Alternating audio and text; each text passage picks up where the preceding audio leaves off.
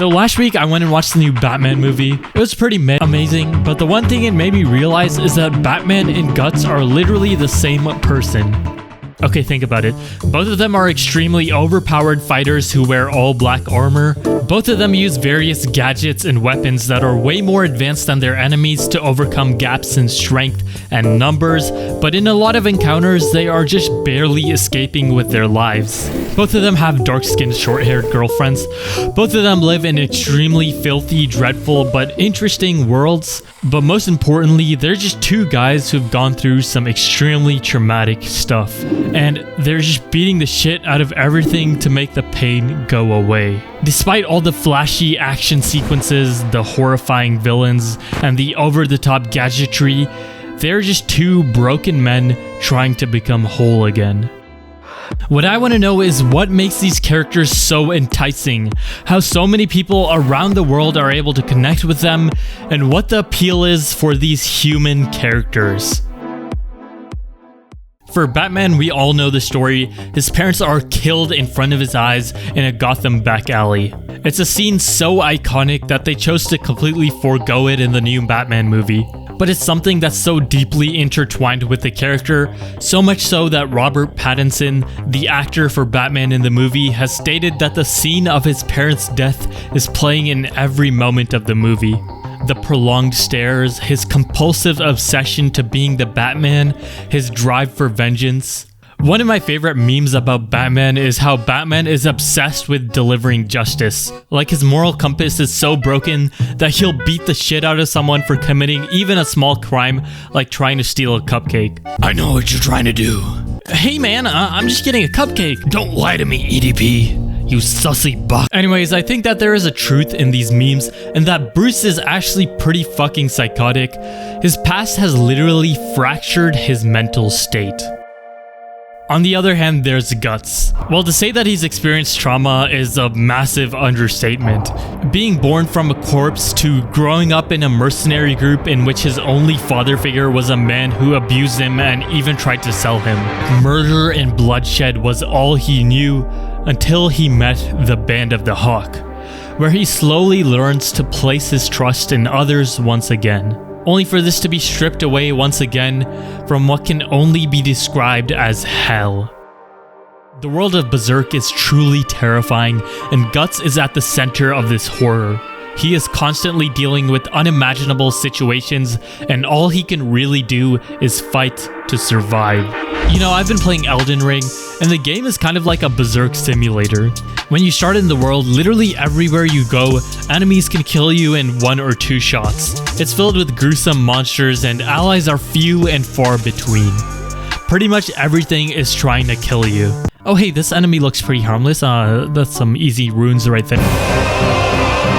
The game has clearly taken inspiration from Berserk.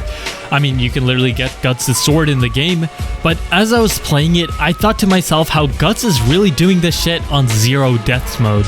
Granted, he does get some OP armor and some pretty decent summons later on, but at the end of the day, both Guts and Batman are characters who are deeply scarred. Of course, Batman is some pussy shit compared to Berserk, but it's set in a world that's supposed to be like our own, so it makes sense, I guess.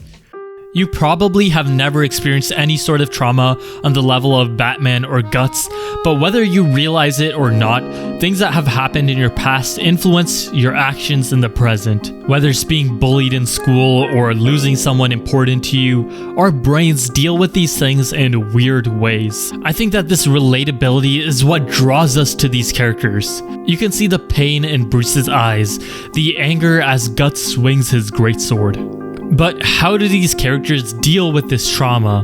What do they do in order to stay sane? Well, they both beat the shit out of the nearest living thing that they can get their hands on.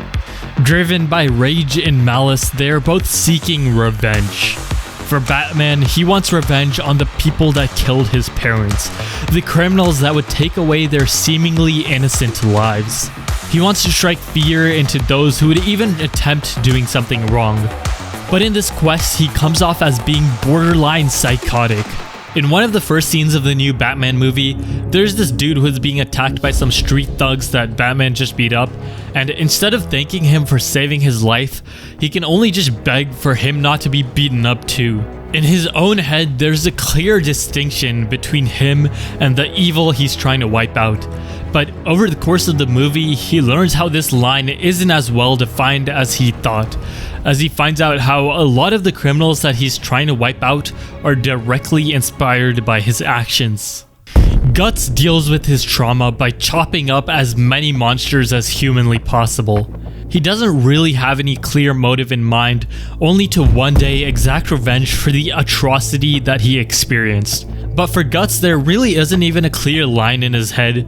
He'll stop at nothing to get what he wants, cutting down humans and monsters alike. Granted, the world of Berserk has some pretty messed up people, so who are the real monsters? There's the infamous scene where Guts takes down a 100-man army single-handedly, but instead of feeling triumphant after doing what he does, he's just like, what the fuck am I even doing?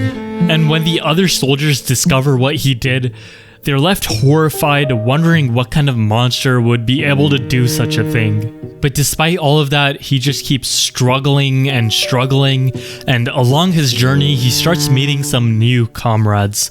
It isn't intentional at all, he just finds a few other broken people that are inspired by this guy who's able to keep moving forward in this cruel world that he lives in, and he learns once again how to connect with other people.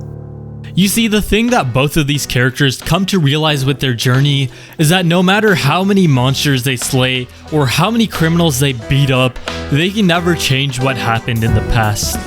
And after realizing that they have been on lethal amounts of copium, they have to find a new purpose and figure out once again what they're doing with their lives. Batman learns to become a symbol of hope instead of fear, and Guts learns to put trust in others once again and not shoulder the burden of his trauma alone. Of course, the big difference between Batman and Berserk is the setting. Batman is set in the current day where the main villain is a Twitch streamer, and Berserk is set in a dark fantasy Middle Ages style world with no technology or anything. You know, one thing I've wondered is how things would change if Guts just had an AK-47. But because of this setting difference, there are obviously some big differences with how the characters act. Batman never kills anyone, and my boy Guts murders a shit ton of people. Granted, my guy is fighting wars out here. Also, Batman is PG-13, so that does make a big difference. However, they are glaringly similar characters, so much so that Batman is a modern-day Berserk. But the biggest similarity between the two characters is that they're both just sexy as hell, my god!